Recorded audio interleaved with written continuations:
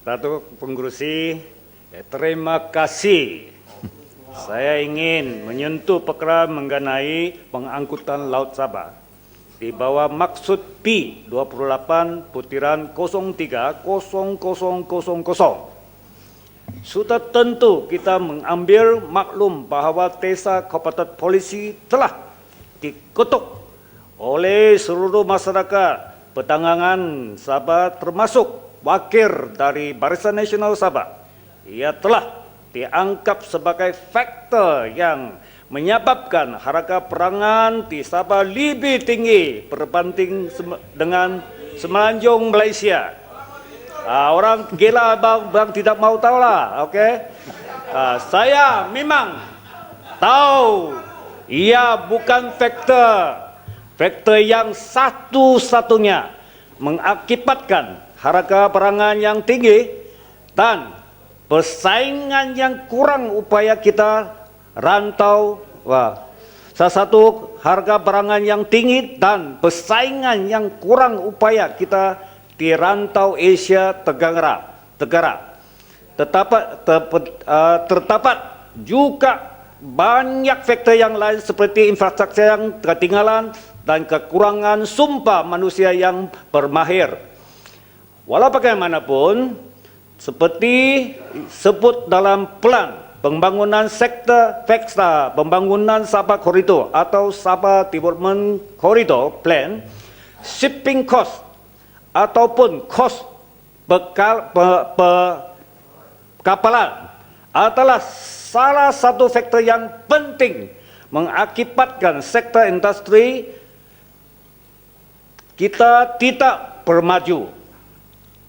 Termasuk juga local shipping handling charge yang dikutip terlalu tinggi. Prestasi TEU di pelabuhan kita adalah kurang memuas hati, dan juga sistem sentralisasi yang tertumbuh di pembangunan pelabuhan Klang telah menyebabkan Sabah kurang berupaya persaingan dengan pelabuhan Klang, malahan juga pelabuhan antarabangsa. Untuk mengatasi masalah dan cabaran tersebut, Sabah Development Corridor Plan telah menggariskan beberapa catatan. Izin saya membaca. 1. Cycle time reduction for approved processes at federal, state and local authority. Nombor 2. Progressive liberalization of the cabotage policy for market forces to determine best shipping traffic. Nombor 3. Review of port handling charges to make Sabah port competitive in the region. Number 4. Review of haulage charges with association of haulage operator to eliminate non-competitive pricing.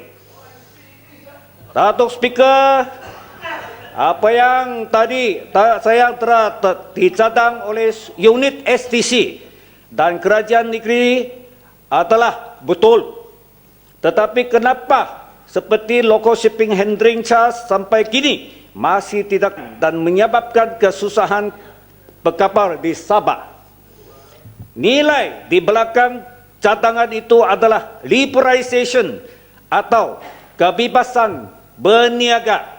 Jika kerajaan betul-betul prihatin untuk membantu pasaran Sabah dan memelihara kepentingan rakyat Sabah, bukan main wayang, tapi berniat membuat sesuatu.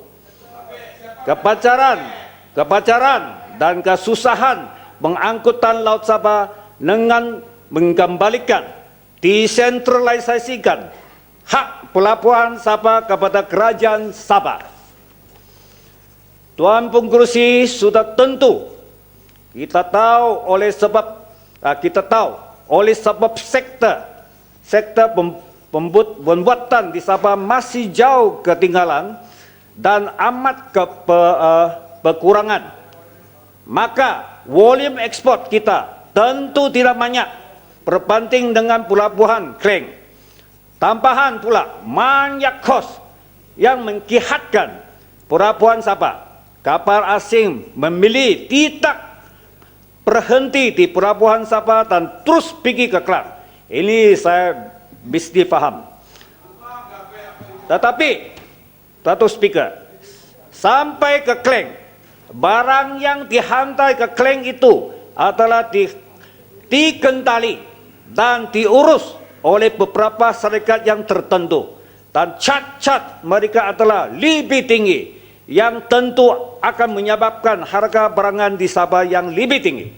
Bos desa yang melihara kepentingan syarikat tertentu ini adalah masalah yang paling asal kita hadapi. Oleh yang demikian, Datuk Speaker, saya ingin tahu apakah pandangan kerajaan untuk menghadapi masalah-masalah tersebut. Adakah kerajaan persekutuan bersetuju dengan cadangan STC itu? Saya berpendapat bahawa tanpa liberalisasi seluruh pengangkutan laut negara dan liberalisasi kuasa kepada Sabah untuk bersaing dengan adil, maka ia tentu tidak akan berjaya. Datuk Speaker, kasih daun ketawa dulu. Selain itu, saya juga ingin mencadang kerajaan memangkunkan Port Klang pula. Port Sabah. Port Sabah bukan Port Klang. Itu terlampau membangun sudah. Port Sabah khususnya Port Sepangga menjadikan satu hub perkapalan antarabangsa yang bebas dan juga diberi tahap dan peluang yang sama rata seperti dinikmati oleh Pelabuhan Klang. Untuk mencapai matlamat tersebut, saya menyuruh kerajaan melaksanakan projek mendalamkan laut pelabuhan di Sabah, termasuk Sepangga, Sandakan dan Tawau, kalau boleh Pilulan juga. Buluran tidak pot yang mat. Oke, terima kasih. Ada cadang juga. Saya diberitahu bahawa ada projek tersebut telah dilancarkan, tetapi ia tidak konsisten, dan oleh kerana peruntukan yang berkurangan, ia tidak beberapa membantu menaik taraf kemudahan perubahan pelabuhan tersebut untuk menangani perhentian kapal besar. Saya minta kerajaan menjelaskan rancangan kerajaan terhadap projek ini, dan adakah kerajaan bersedia menaik taraf pelabuhan Sabah. Saya yakin bahawa YB Menteri yang baru saja melawat ke Sabah telah sedia maklum isu ini. Cadangan ini telah pun juga disokong oleh pembantu menteri Jabatan Ketua Menteri Sabah. Saya ingin mengingatkan, menteri bukan saja berjalan-jalan dan buat wayang di Sabah, tetapi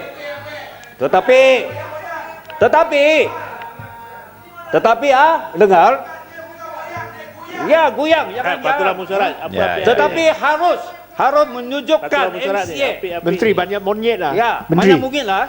Minta. Tetapi harus menunjukkan.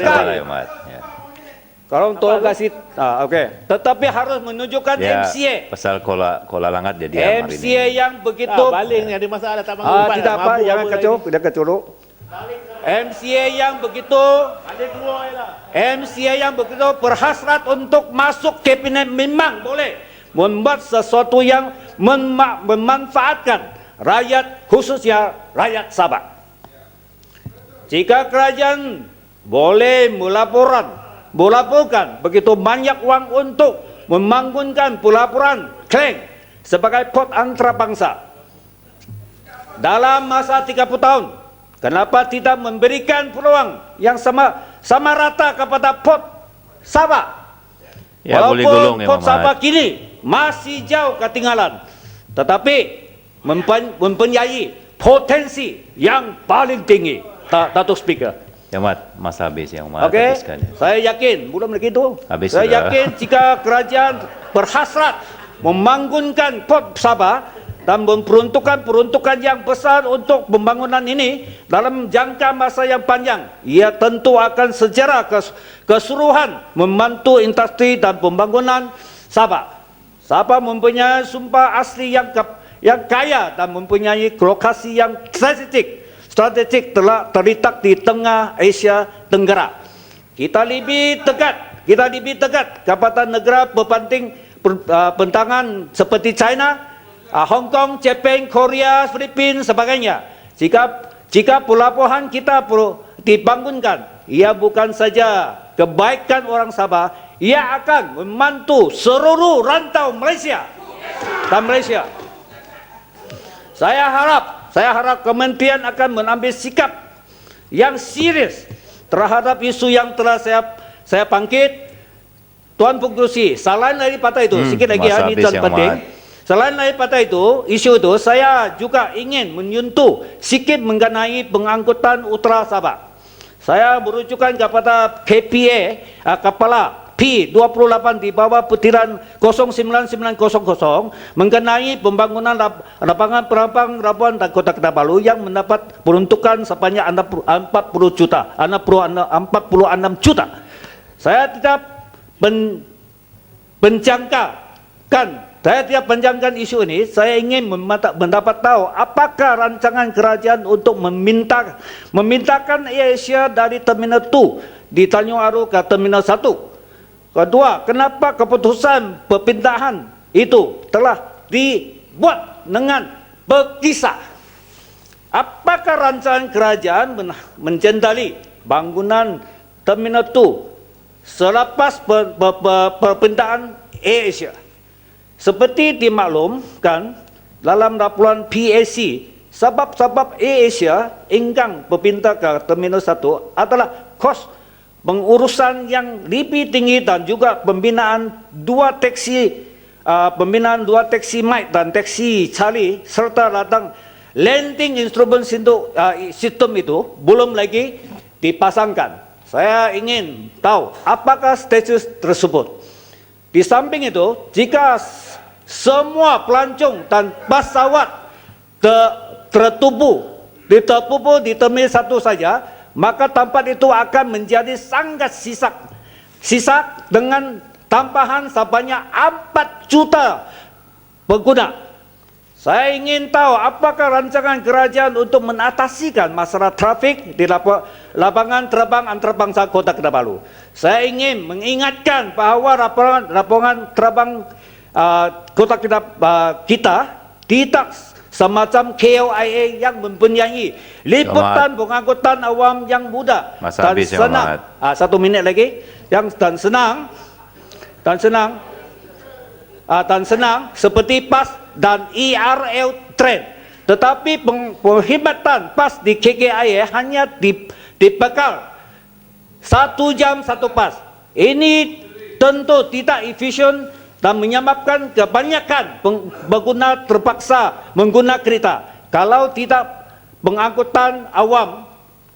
ada pengangkutan awam yang mudah dan efisien, maka sudah tentu jalan di depan KKIA yang kini telah pun sangat sibuk tentu akan menjadi lebih sibuk dan sisak hewok. Apakah rancangan kerajaan terhadap masalah ini yang akan tertimbul? Dan adakah kerajaan bersedia membina pengangkutan awam untuk menggabungkan lapangan terbang dengan bandaraya Kota Kinabalu? Saya harap masalah yang telah saya membangkitkan tadi dijawab dan diberi penjelasan. Datuk Pengerusi, saya betul-betul sayangi. Sekian, terima kasih.